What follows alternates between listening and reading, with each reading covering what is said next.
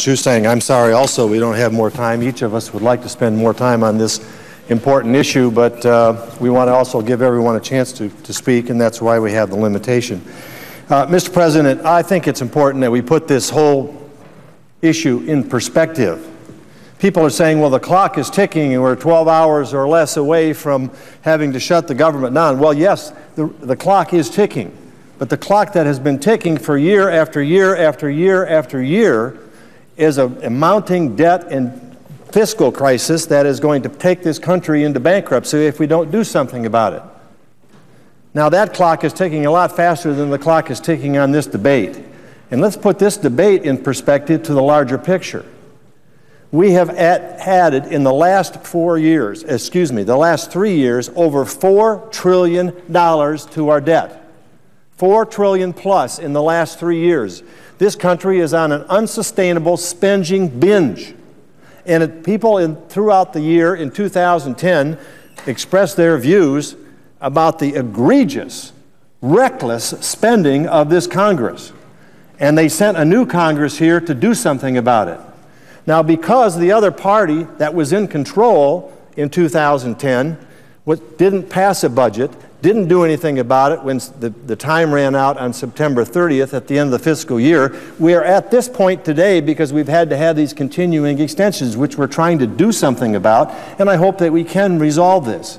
I don't want to shut down any more than anybody else does, but people have to put this in perspective. What we are dealing with here is a request put out by the Republicans, because there is no request from the President of the United States. There has been no request from the other party as to what the package should be to deal with this.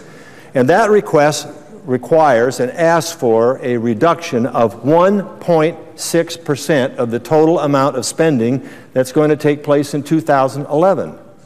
1.6%. Now, if you're a head of a family or an individual making $50,000 a year, and you find out that you are running yourself into bankruptcy, that amount that you would have to come up with to save to start the process of getting your financial situation back in order is $800. If you're making $100,000 a year, what we're asking for is a $1,600 equivalent cut in the spending. If you're a business making $1 million a year and the boss comes and says, we are spending way more than we take in our revenues, and this company is going to go bust, and everybody's going to get released from employment as a result of that, unless we take a start in moving forward and dealing with our fiscal crisis, and we're going to start by cutting $16,000 out of the $1 million. That is the equivalent of what we're doing here. And yet we're talking as if this is doomsday. This is cataclysmic. These are the greatest cuts in the history of the United States Senate. We have got a time bomb, a debt bomb ticking away out there that is going to take the country down into second-tier or third-tier status at best, or we're going to have the bond markets do it for us if we don't start with this. And this isn't just a Republican plea. Democrats, the President's own commission, headed by Erskine Bowles, who was the President's chief of staff, has said there has been no more predictable collapse facing America than this one. And we need to do something about it now. And what we're trying to do now is simply do something about what wasn't done in 2011 for the 2011 budget in a modest 1.6% cut, so that we can move to what we really need to do. And what we really need to do is address the whole picture.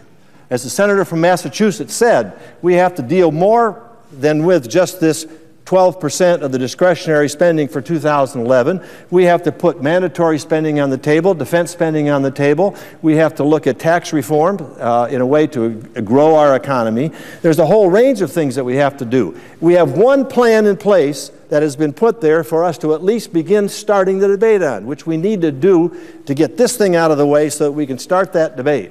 And that is a Republican plan put forward by the House member Paul Ryan, head of the House Budget Committee. Now, that is the comprehensive plan that we ought to be working on, and we can't get to that plan because we're dealing with this 1.6% fix to the problem that exists for 2011. It is 2012 and the next 10 years beyond that needs to be addressed. It needs to be addressed now. This country is facing as serious a debt crisis as we've ever had. Leading economists, Republicans, Democrats, liberals, conservatives, Those from Harvard and those from Stanford and every college in between and every institution and entity that's studying this problem says you've got to do something and you've got to do it now, or it's going to be done for you, and the results of that will be a lot worse than if you start to address it now.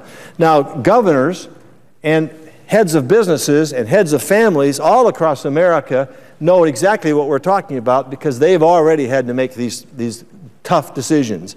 They are already implementing what is necessary to do to get their fiscal house back in order. And it's not just Republican governors, it's Republican and Democrat governors. Why aren't we listening to Andrew Cuomo? Why aren't we listening to Jerry Brown? Why aren't we listening to Mitch Daniels and other governors, Governor Walker from Wisconsin, Governor Kasich from Ohio, looking at what they're doing? They at least are stepping up to the plate and doing it. And here we're arguing over the extreme nature of a 1.6% reduction out of a $3.7 trillion budget. Revenues are coming in at $2.2 billion for a $1.5 trillion deficit, and we're talking about a 1.6% cut out of all that, as if this is doomsday if we don't raise, even come halfway or a little more than halfway to this. So putting this in perspective, I think, is necessary for us, where we have all the focus on this little small grass fire happening over here when there's a 5-alarmer across the street, and that is the fiscal house of America. Now, are we doing this because we're green eye-shade people and we don't like the way government functions and we want to take things away from people? No, we are doing this to save this country, to save the benefits available to those under Medicare, to save the benefits of those who are available under Medicaid and other provisions. We are trying to keep these programs from collapsing, and we're trying to keep this country's fiscal house from collapsing or burning up. Instead, we're fighting the little grass fire. We got a 5-alarmer over here, and we got a little truck with a little hose trying to put out that grass fire. Let us pass this, reconcile this and pass this now so that we can get to the issue that we have to get to. This whole thing about riders and about the largest tax cut in American history is a pebble in a pond of what is necessary for us to go forward and deal with the crisis that is before us. It's going to rest on all of our shoulders. It's going to reflect on all of us, Republicans and Democrats, liberals and conservatives. If we stand here and fiddle while our fiscal house burns to the ground or collapses. Now, as I said, one way or another, this is going to happen, and it may happen sooner or later. If you listen to Erskine Bowles and our former colleague, Senator Simpson, if you listen to the President's own commission, if you listen to any analyst that has looked at this, that it is totally unsustainable. And if you don't do it, and if you don't start the process, the bond market and the interest rates are going to do it for you, and it's going to fall on all of us for not stepping up to the plate and getting it done. We've got 11 hours to get this done. I'm urging that we finish this now, not extend it another week. The last thing I want to do is put this off so that we're here next Friday with the same speeches, the same threat of shutdown. Let's get this thing past us now. Let's make the decisions now to go forward.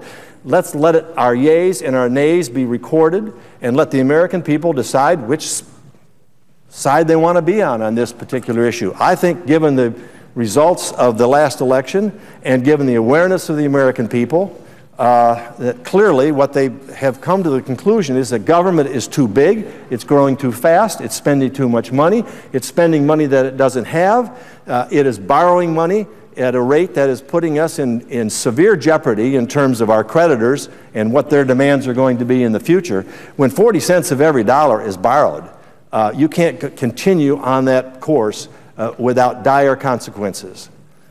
So the challenge before us today, I believe, is to wrap up this negotiation and wrap up the issue that deals with the remaining months of 2011 so that we can immediately begin, whether it means canceling the recess or whatever, I'm more than happy to participate in that.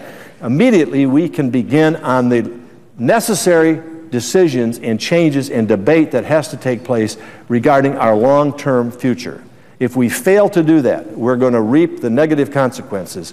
And Mr. President, I know my time is about to expire, I just simply plead with my colleagues, let's get past this little nothing of a skirmish here and keep this government functioning and get to work on what we absolutely have to do And we're hoping that we have competing plans, but if not, let's go forward with the Ryan plan, and let's get a yay or nay on it, and we'll let the American people decide whether this is the right way to go. Mr. President, with that, if I have any time left, I'm happy to yield it. Mr. President.